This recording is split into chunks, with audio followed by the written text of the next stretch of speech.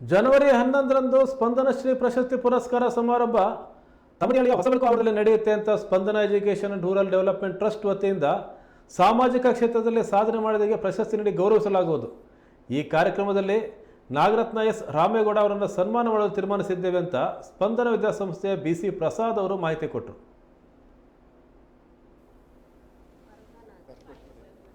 ದಯವಿಟ್ಟು ಒಂದು ಪ್ರಶಸ್ತಿ ಕೂಡ ಲಭಿಸಿದೆ ಈ ವರ್ಷ. CV ಸತ್ಯಭಾಮ ಮೇಡಮ್ ಅಂತೇಳಿ ಇವರೇ. ಹಾಗಾಗಿ ನಮಗೆ ಸ್ಪಂದನ ವಿದ್ಯಾಸಂಸ್ಥೆಯಲ್ಲಿ ಎರಡೆರಡು ಸಂತೋಷದ ವಿಚಾರಗಳನ್ನು ತಮ್ಮಲ್ಲಿ ಹಂಚ್ಕೊಳ್ಳೋಕ್ಕೆ ಇಷ್ಟಪಡ್ತೀನಿ. ಶ್ರೀಮತಿ ನಾಗರತ್ನಮ್ಮ ಸುನಿಲ್ ರಾಮಗೌಡ ಅವರು HIV ಸೋಂಕಿತ ಪೀಡಿತೆಯಾಗಿದ್ದು ಸುಮಾರು 25,000 ಮಕ್ಕಳಿಗೆ ಆ ರೋಗ ಪೀಡಿತ ರೋಗವನ್ನು ನಿವಾರಣೆ ಮಾಡಲು ಭಾಳ ಶ್ರಮವಹಿಸಿದ್ದಾರೆ. ಹಾಗೂ ಪ್ರತಿದಿನ ಒಂದು ಅನ್ನದಾಸೋಹ ಕಾರ್ಯಕ್ರಮವು ಕೂಡ ಅವರು ಮಾಡ್ಕೊತಾ ಬಂದಿದ್ದಾರೆ. ದಾನಿಗಳನ್ನು ಹುಡುಕೋತಾ ಹಾಗೂ ಸ್ವಂತ ಖರ್ಚಿನಲ್ಲಿ ಕೂಡ ಅವರು ಈ ಯಶಸ್ವಿ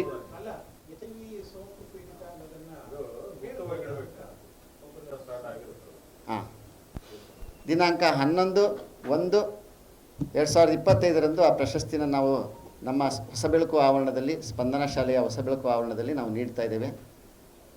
ಇನ್ನು ಹೆಚ್ಚಿನದಾಗಿ ಏನಾದರೂ ವಿವರಗಳು ಬೇಕಿದ್ದರೆ ಅಥವಾ ನಿಮ್ಮ ಪ್ರಶ್ನೆಗಳೇನಿದ್ರೆ ಕೇಳ್ಬೋದು.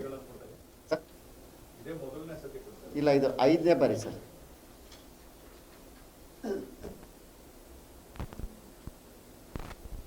ನನ್ನ ಸ್ಕೂಲ್ ನಾನೇ ಹೊಗಳ್ಕೋಬೇಕಾಗತ್ತೆ ಸರ್. ಅಂದರೆ ಹೇಳ್ತೀನಿ ಸರ್, ಸ್ಪಂದನ ವಿಷಯಗಳನ್ನು ಇಟ್ಕೊಂಡು ನಾವು ಶಾಲೆಯನ್ನು ಪ್ರಾರಂಭ ಮಾಡಿದ್ದೀವಿ.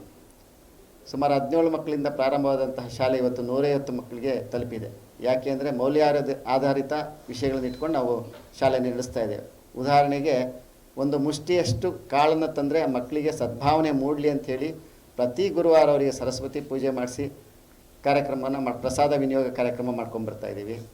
ಹಾಗೆ ಅಗ್ನಿವೀರ್ ಅನ್ನೋ ಯೋಜನೆಯಲ್ಲಿ ನಾವು ಒಂದು ಸುಮಾರು 30 ಮಕ್ಕಳಿಗೆ ಆರ್ಮಿ ಯೂನಿಫಾರ್ಮ್ ಹಾಕಿಬಿಟ್ಟವರಿಗೆ ಪ್ರತಿ ಶನಿವಾರ ತರಬೇತಿ ಕಾರ್ಯಕ್ರಮ ಕೂಡ ನಾವು ಹಮ್ಮಿಕೊಂಡ್ಬಂದಿದ್ದೀವಿ.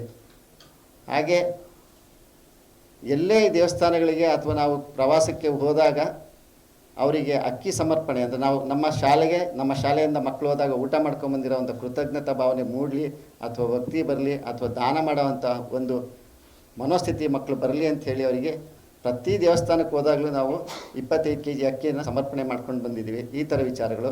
ಹಾಗೆ ನಮ್ಮಲ್ಲಿ ಯಾರ್ಯಾರೇ ಬಂದು ನಾವು ದೇವಸ್ಥಾನ ಉದ್ಘಾಟನೆ ಆಗಿರ್ಬೋದು, ಅನಾಥಾಶ್ರಮ ನಡೆಸ್ತಾ ಇದ್ದೀವಿ, ನಾವು ಅಕ್ಕಿ ಕೊಡಿ ಅಂದರೆ ಶಾಲಾ ಮಕ್ಕಳಿಂದಲೇ ನಾವು ಅಕ್ಕಿ ಸಮರ್ಪಣೆ ಮಾಡ್ತಾಯಿದ್ದೀವಿ. ಅದು ಯಶಸ್ವಿ ಕೂಡ ಆಗಿದ್ದೀವಿ. ಹಿಂಗೆ ಅಂದರೆ ಉದಾಹರಣೆ ಅಂದರೆ, ಈ ಕಳೆದ ಗಣಪತಿ ಉತ್ಸವದಲ್ಲಿ ಅವರ ಪೆಂಡಾಲ್ನಲ್ಲಿ ನಡೆದಂಥ ಅಥವಾ ಅವರ ಸಮಿತಿಯಲ್ಲಿ ನಡೆದಂತಹ ಒಂದು ವಿಚಾರದಲ್ಲಿ ನಾವು ಅನ್ನದಾಸೋಹ ಮಾಡೋಕ್ಕೆ ಅಂತ ಹೊರಟಾಗ ಆ ಸಮಿತಿಯವರು ನಮ್ಮ ಶಾಲೆ ಮಕ್ಕಳು ಅವರು ಕೂಡಿಟ್ಟ ಹಣದಲ್ಲಿ ಅಕ್ಕಿ ಸಮರ್ಪಣೆ ಕೊಟ್ಟಿದ್ದಾರೆ. ಇದು ನಮ್ಮ ಶಾಲೆಯ ಮೌಲ್ಯವನ್ನು ಹೆಚ್ಚಿಸೋಕ್ಕೆ ದಾರಿಯಾಯ್ತು. ಈ ಥರ ಒಂದು ಸುಮಾರು ಕಾರ್ಯಕ್ರಮಗಳು ನಾವು ಹಮ್ಮಿಕೊಂಬಂದಿರೋದಕ್ಕೆ ನನಗೆ ಸಣ್ಣ ಹಳ್ಳಿ ಆದರೂ ಕೂಡ 150 ಮಕ್ಕಳು ಮತ್ತು ನನ್ನ ಶಾಲಾ ಶಿಕ್ಷಕರ ಶ್ರಮ ವಹಿಸಿ ಮಾಡಿದಂಥ ಒಂದು ಪ್ರಯತ್ನದಿಂದ 150 ಮಕ್ಕಳಿಗೆ ನಾವು ತಲುಪಿದ್ದೀವಿ. LKG ಇಂದ ಹೈಯರ್ ಪ್ರೈಮರಿ ಅಂದರೆ 1 to 7th ಇದೆ ಸರ್.